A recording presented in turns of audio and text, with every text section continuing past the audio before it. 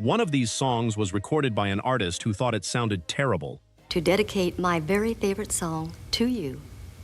This is my philosophy. One of them flopped so badly the first time around, it didn't even chart. Welcome back to the channel that goes back and digs deep.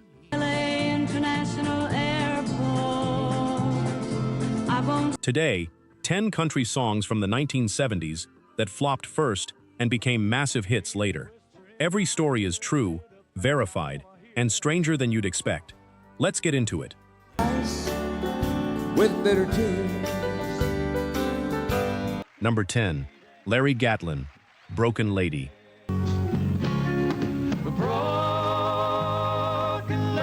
Larry Gatlin's first two singles as a recording artist both did the exact same thing. Absolutely nothing. Gatlin had real credentials walking in. Dottie West had discovered his songwriting talent years earlier, recorded 2 of his songs herself, and personally bought him a plane ticket to Nashville,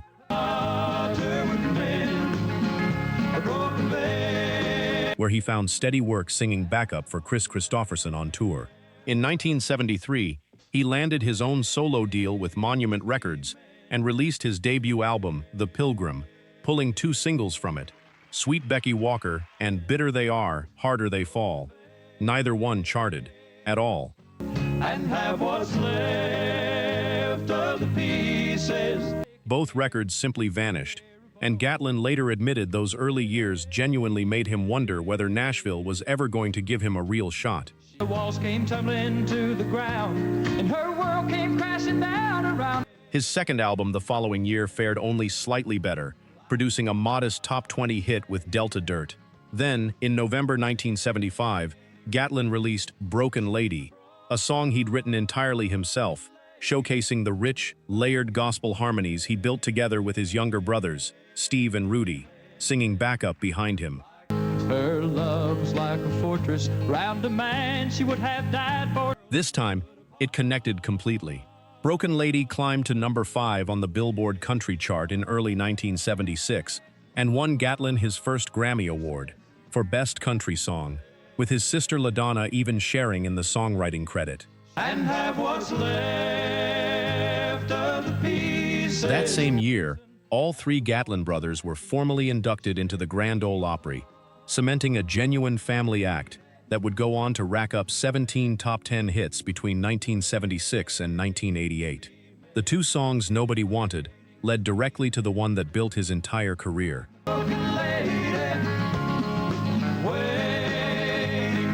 Number 9. Christy Lane, One Day at a Time. Comfort and strength into your home, into your life. Christy Lane's own record label didn't want to release the song that would go on to become her defining signature hit.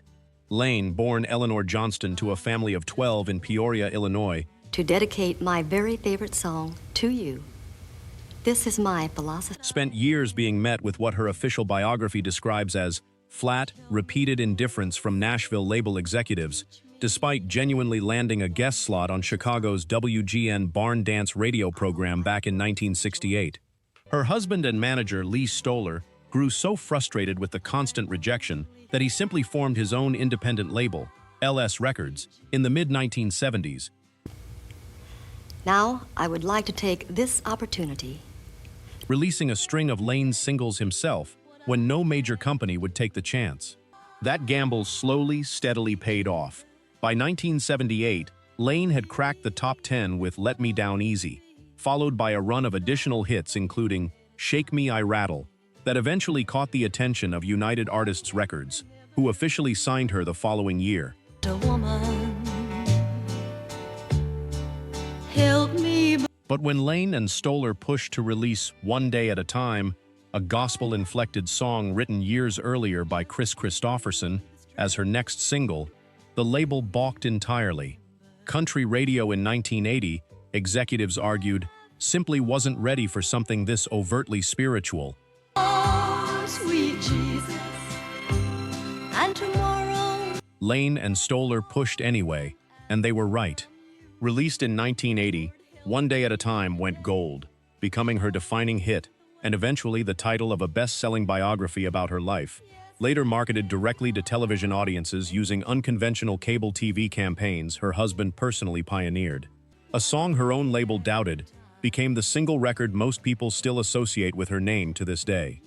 Well, Jesus, you know, if you're looking below. Number 8. Jessi Colter, I'm Not Lisa.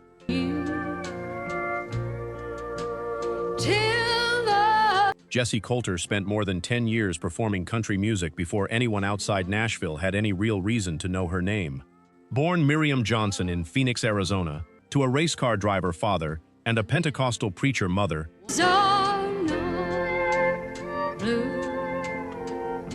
Colter had been writing songs since the age of 5, performing in local talent contests and Phoenix television programs throughout her teenage years without ever breaking through commercially.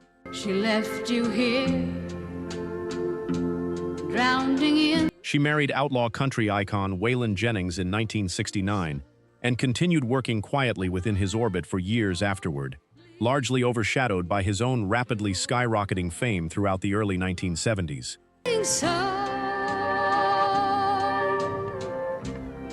In 1974, Colter wrote I'm Not Lisa, entirely herself, a plaintive, haunting song about the particular ache of dating someone who hasn't fully let go of a previous love.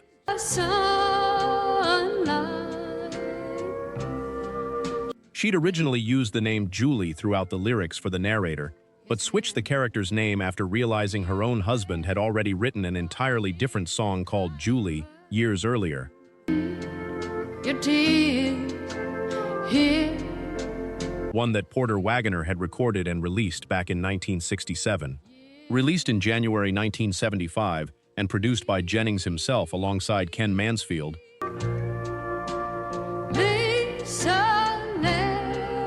I'm Not Lisa became an overnight sensation, hitting number 1 on the country chart and crossing all the way to number 4 on the Billboard Hot 100.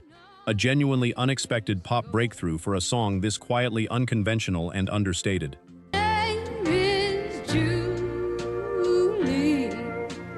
It earned Colter 2 separate Grammy nominations and remains, to this day, her only entry on the Pop Top 40, despite more than a decade of steady performing that came before it ever existed.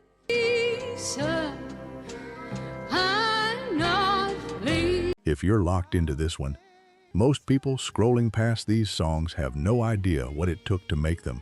We digs that history back up, one record at a time. The subscribe button costs nothing, and it means you won't miss the next one. Number 7. T.G. Sheppard, Devil in the Bottle.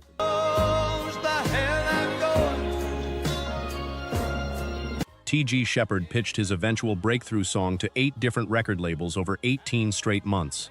All 8 of them said no. And she's crying 'cause I'm Before he was T.G. Sheppard, he was William Browder, a working record executive at RCA, who'd already tried and failed at a singing career once before, releasing a single genuine flop under the stage name Brian Stacy back in 1966.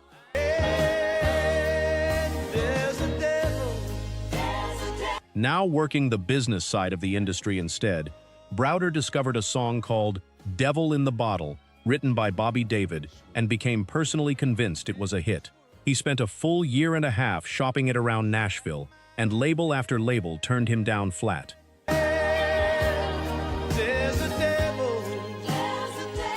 Finally, out of options, Browder decided to record it himself. But there was a serious complication.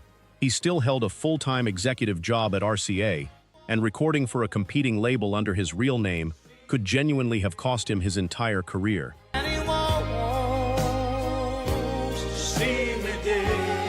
So he quietly adopted a stage name, T.G. Sheppard, initials that, by his own repeated admission, don't actually stand for anything at all, and kept his day job a closely guarded secret from nearly everyone, including his own friend and RCA artist Elvis Presley.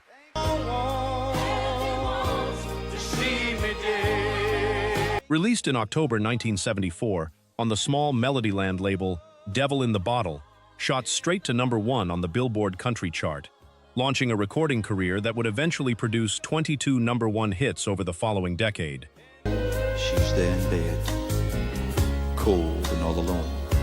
Sheppard managed to keep his secret double life hidden for roughly 2 full years, until Elvis, hearing his own background singers humming the chorus around Graceland, finally put the pieces together himself.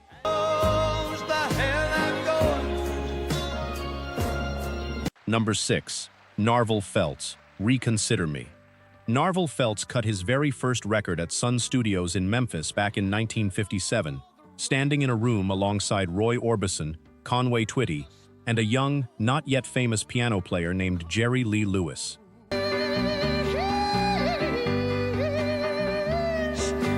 It would take him 17 more years and roughly 30 separate failed records before he ever landed a genuine national hit of his own.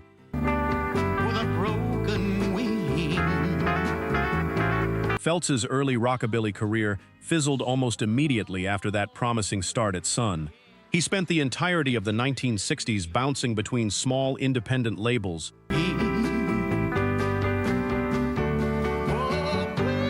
releasing record after record that went nowhere commercially, while quietly wondering, by his own later admission, whether he was already washed up before he'd even turned 30 years old. I've learned the truth. His fortunes finally began to shift in 1973 when he signed with the small Cinnamon label and scored his first genuine top 10 hit with a country cover of Dobie Gray's soul hit, Drift Away. I guess you're surprised to... But it was 1975's Reconsider Me, a cover of a 1969 soul ballad originally recorded by singer Johnny Adams, that became the true defining hit of Felts's entire career, climbing all the way to number 3 on the Billboard country chart, and earning him the affectionate nickname Narvel the Marvel from fans and critics alike. I had been in this business for 17 years, been on a dozen labels, and had 30 records out. Please reconsider me. Felts later reflected in an interview, before that first really big hit came along, it was like the impossible dream coming true.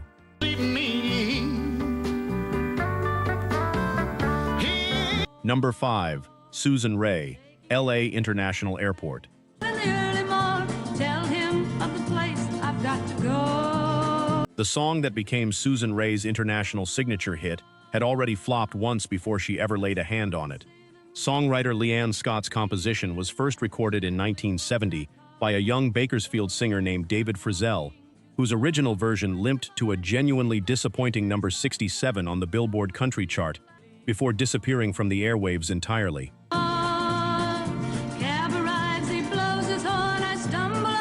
Nobody in Nashville particularly expected to hear much from the song ever again. Raye, a protege of country legend Buck Owens, who'd been steadily building her career recording duet albums alongside him and appearing regularly as a featured performer on the television show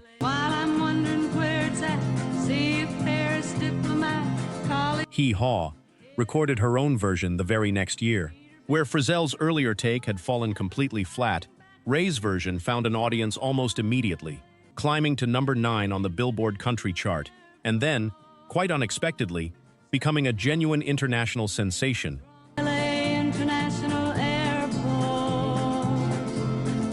Hitting number 1 in New Zealand and reaching number 2 on the Australian charts that same year. The song's afterlife turned out to be even stranger than its original comeback. In 2003, for LAX Airport's 75th anniversary celebration,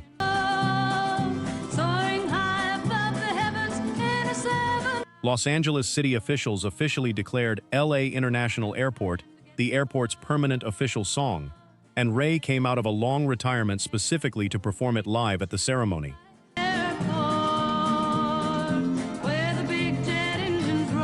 A song that had already failed once, in someone else's hands, became not just a hit the second time around, but a lasting, permanent piece of civic history for one of the busiest airports on the entire planet.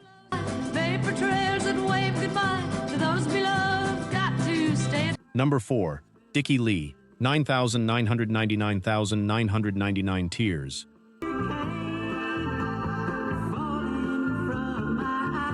The song that gave Dickey Lee his biggest crossover hit of the entire 1970s had already been released once before, a full decade earlier, by the very man who wrote it, and it completely disappeared without leaving a trace.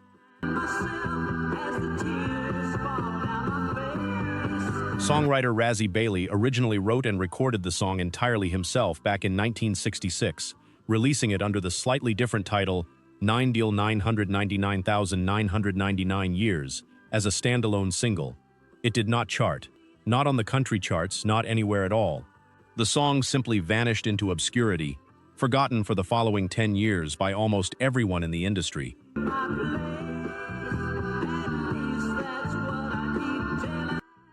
Dickey Lee, meanwhile, had already built a genuinely successful dual career as both a hit songwriter, penning enduring classics like She Thinks I Still Care for George Jones back in 1962, and a respected recording artist in his own right, scoring a steady string of hits throughout the early 1970s.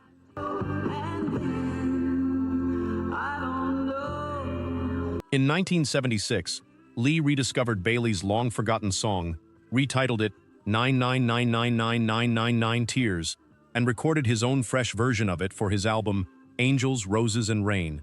Released that November, Lee's version became an immediate hit, climbing all the way to number 3 on the Billboard Country chart and crossing over onto the pop charts as well, marking his very first pop chart appearance in a full decade.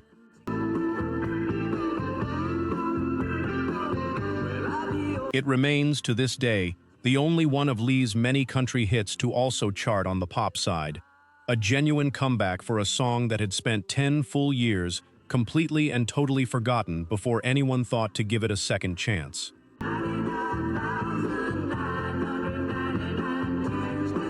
Number 3. Mickey Gilley, Room Full of Roses.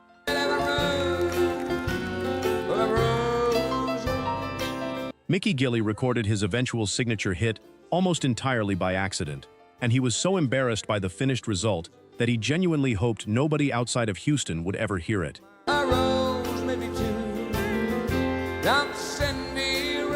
In 1973, Gilley, then primarily known around Texas for running his own hugely popular nightclub, cut 4 songs for his tiny independent label, Astro Records. If I sent a rose to you, every time.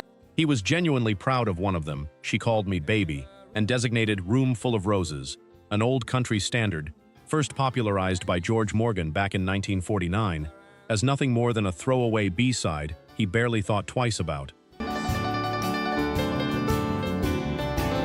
I didn't see. Gilley later openly admitted he hated how that B-side actually turned out. I liked She Called Me Baby and thought to myself, well, I finally got something, he told Country Music Magazine years later. Then I flipped the record over. All I could hear was that damn steel guitar. The echo was just bounding off the walls. With bitter tears.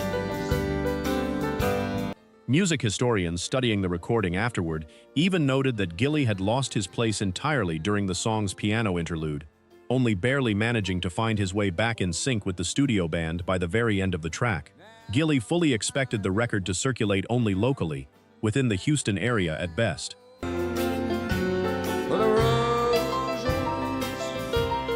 Instead, regional buzz slowly built until the newly formed Playboy Records picked it up for full national distribution.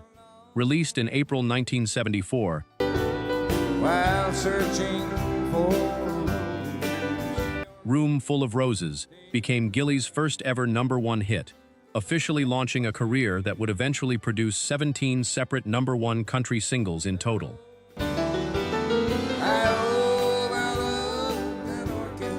Number 2, Ed Bruce, Mamas Don't Let Your Babies Grow Up to Be Cowboys. And if you don't understand him and he don't die young. Ed Bruce wrote one of the most enduring anthems in the entire history of country music, and his own original version of it barely cracked the top 15. Bruce, working closely with his wife Patsy, started sketching out the song's central idea while driving home from a Nashville recording session in 1975. Long star bell buckles. Originally toying with the far clunkier phrase, "Mamas don't let your babies grow up to play guitars," before eventually landing on the much more evocative word, cowboys, instead. The finished song, a warm but clear-eyed warning about the deep loneliness built into the cowboy way of life, was released as a single in late 1975 on United Artists Records. You'll probably just ride away. Bruce's own recording peaked at only number 15 on the Billboard Country chart, a perfectly respectable showing by any reasonable measure, but nowhere close to the genuine cultural phenomenon the song would eventually become years later. At the time, it simply stood as the biggest hit of his own personal performing career. Nothing more, nothing less.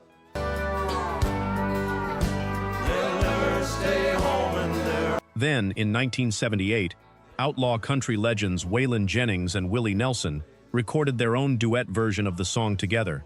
Their rendition absolutely exploded, shooting straight to number 1 and becoming one of the single most instantly recognizable songs in the entire genre's history. Do things to make you think he's right. Later ranked by Rolling Stone among the 200 greatest country songs ever recorded. Bruce's own modest hit had quietly written the song from scratch. It just took two much bigger stars, 3 years later, to finally turn it into a legend. Grow up to be cowboy. Number 1, Billy Crash Craddock, Rub It In. And rub it in, rub it in. Billy Crash Craddock's signature hit is a story of two entirely separate flops, stacked directly on top of each other. Rub it in. Rub it in. His own career first, and then the song itself. Craddock's first real shot at genuine stardom came in the late 1950s, when Columbia Records signed him and tried, ultimately unsuccessfully, to market him as a clean-cut teen idol squarely in the Elvis Presley mold. Rub it in. I feel the tingle begin. It simply didn't take. Aside from 3 minor hit singles in Australia, Craddock's American career went essentially nowhere throughout that entire period, and he largely vanished from the music business altogether for most of the 1960s that followed. Turn your radio on. He finally got a genuine second chance in 1971, reinventing himself completely as a straightforward country artist this time, and it worked immediately, landing 5 consecutive top 10 country hits over the following 2 years alone. Rub it in.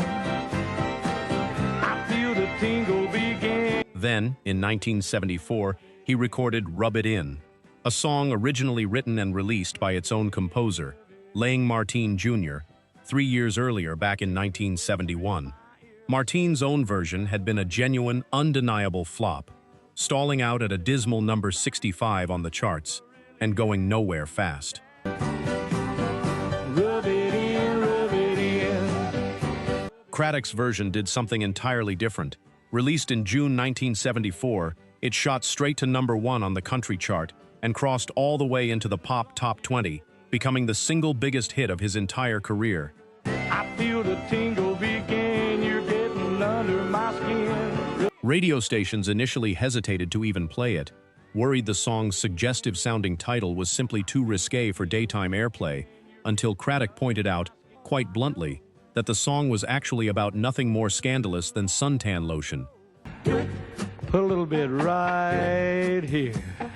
Yeah. 2 separate flops, one from his own career and one from the song itself, combined perfectly to produce his single, defining hit. Baby, whisper in my ear, say the things I want to hear.